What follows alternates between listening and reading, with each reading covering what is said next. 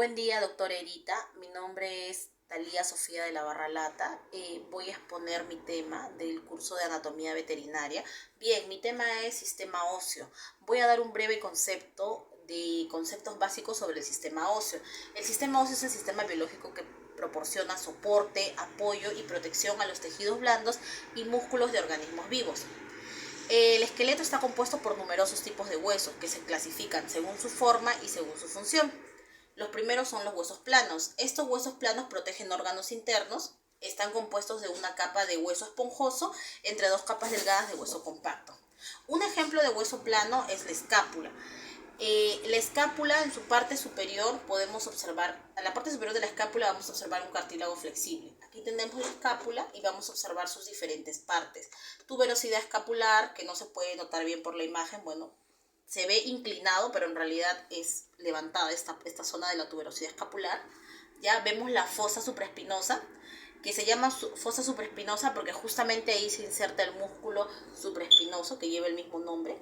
Tenemos la espina de la escápula, que es esta zona. Como vuelvo a repetir, esto es un poco más levantado, sino que por la imagen se ve aplanado. El cuello de la escápula y el tubérculo supraglenoideo. También tenemos la fosa infraespinosa, ¿no? Y la tuberosidad escapular. Ya.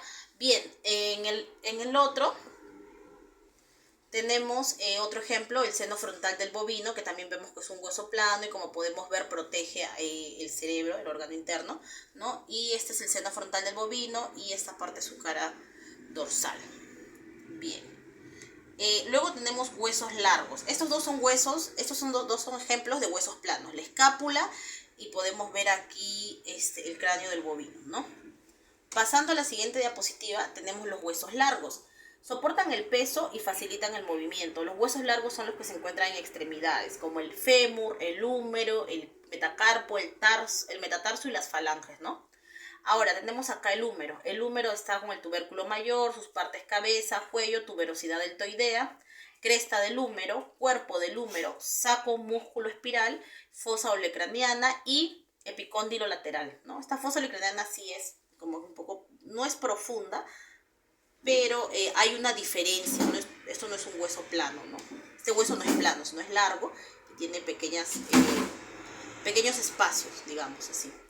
Luego tenemos, por ejemplo, este es el antebrazo del bovino, esta es una vista medial del cúbito. Acá podemos ver el cúbito, el radio, obviamente que porque es vista medial, no se aprecia bien el cúbito, el radio, la apófisis anconeo, tuberosidad del olecrano, espacio interóseo, apófisis del cúbito, ya.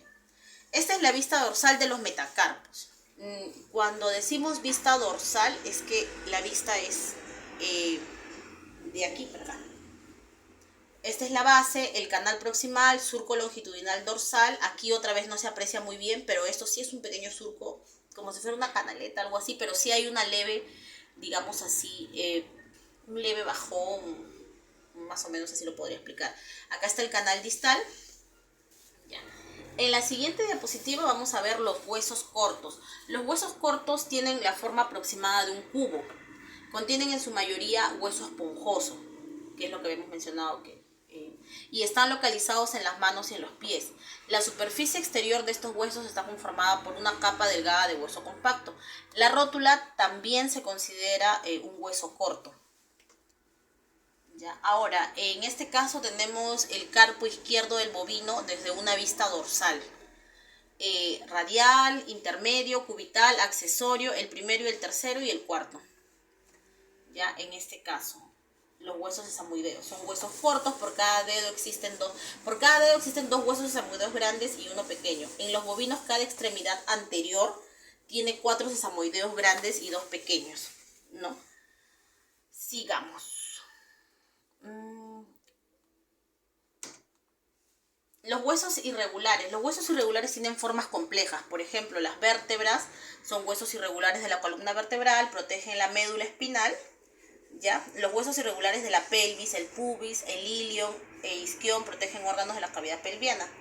Aquí tenemos un cuadro de las diferentes especies: equino, bovino, ovino, porcino, canino y felino, y tenemos aquí las vértebras cervicales. En el caso de las vértebras cervicales son 7 para todas las especies.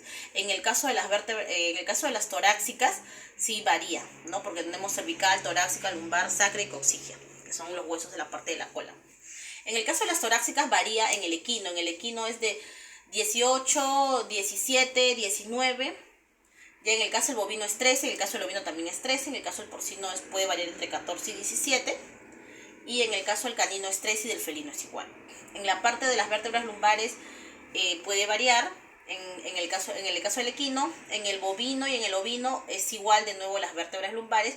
En el ovino y el bovino solamente varía en las sacras y en las coxigias. En el caso del porcino es de 5 a 7, canino y felino igual.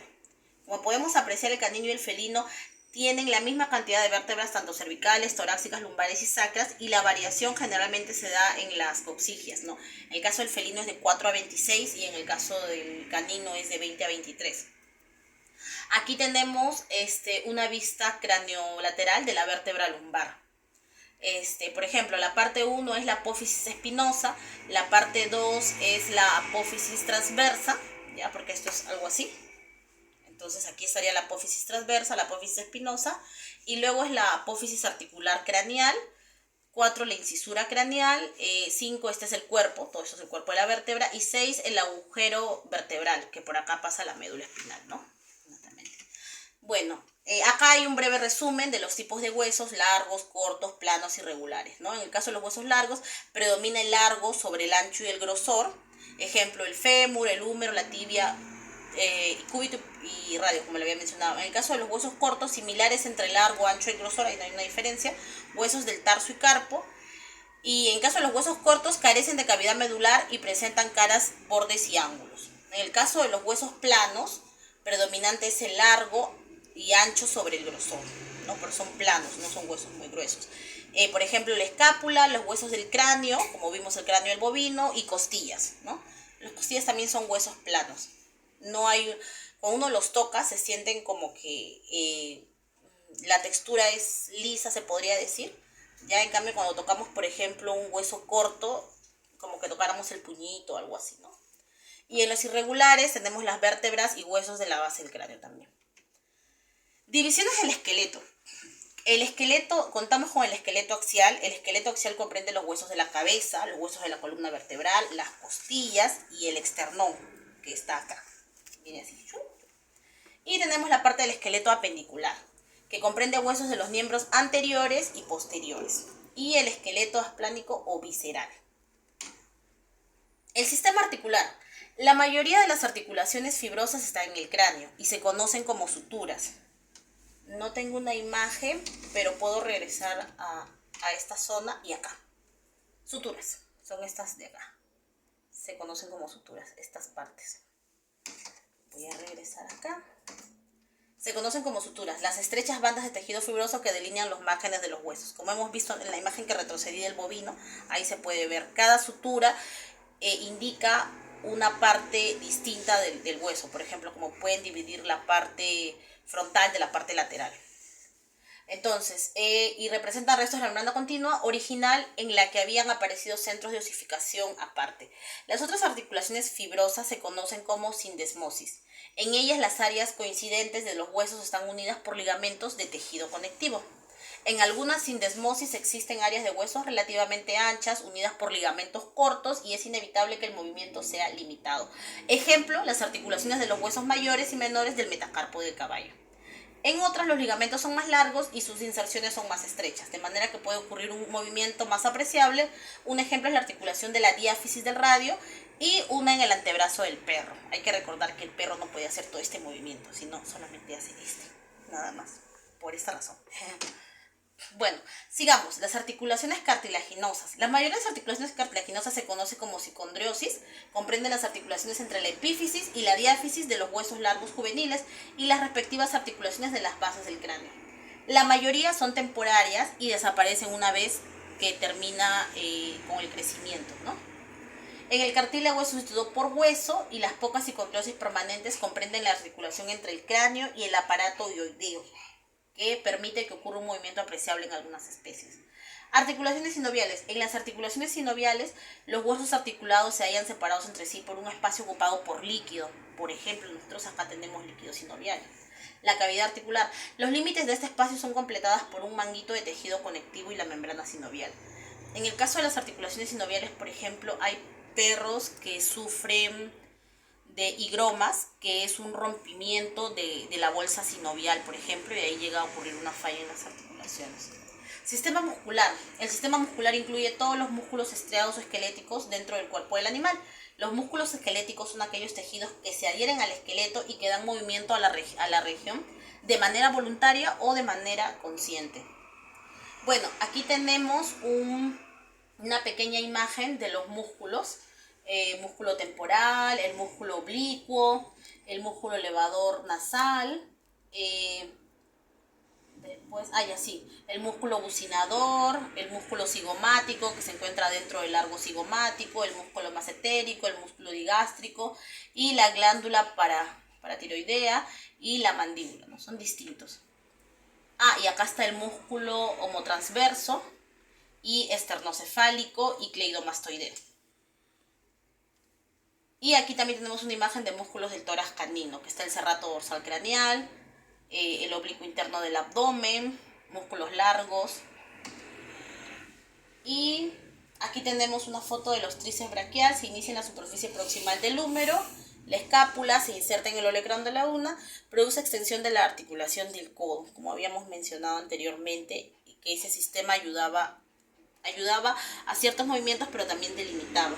El bíceps braquial, que se origina en el tubérculo supraglanoideo de la escápula y se introduce en el radio y la ulna, de aquí hasta acá. El braquial, que comienza en el húmero y se inserta en el radio y en la ulna y flexiona la articulación del codo. Músculos del miembro pélvico o miembro posterior. Y músculos del corvejón y dedos, por ejemplo. Aquí podemos observar el músculo trapecio, el músculo esplénico, brachiocefálico, esternocefálico, músculo deltoides, tríceps, externo abdominal oblicuo, caudal pectoral. Esta es la zona de la escápula. Músculo flexor. Este es en un primer plano en realidad, porque si fuera en un plano más profundo, se podría ver el músculo infraespinoso y el músculo supraespinoso, ¿no? Esta es la primera capa. Músculos de la parte baja del miembro posterior, el semitendinoso. Por acá debería estar el semimembranoso y generalmente entre esos dos músculos es donde se ponen las inyecciones en perros, en caballos, a nivel muscular, ¿no? Aunque también se puede poner en el músculo glúteo medio o en el músculo dorsal ancho. Generalmente nosotros ponemos en el músculo dorsal ancho, en esta zona, porque es un músculo más grande, ¿no? Acá tenemos el semitendinoso. Bueno, no, acá no apreciamos el semimembranoso, pero es entre la intersección de esos dos músculos. Bueno, muchas gracias, doctora, por haberme escuchado. Este pequeño video es el resumen de la parte que me ha tocado a mí. Voy a dar pase a la siguiente parte que le toca a mi compañero. Gracias.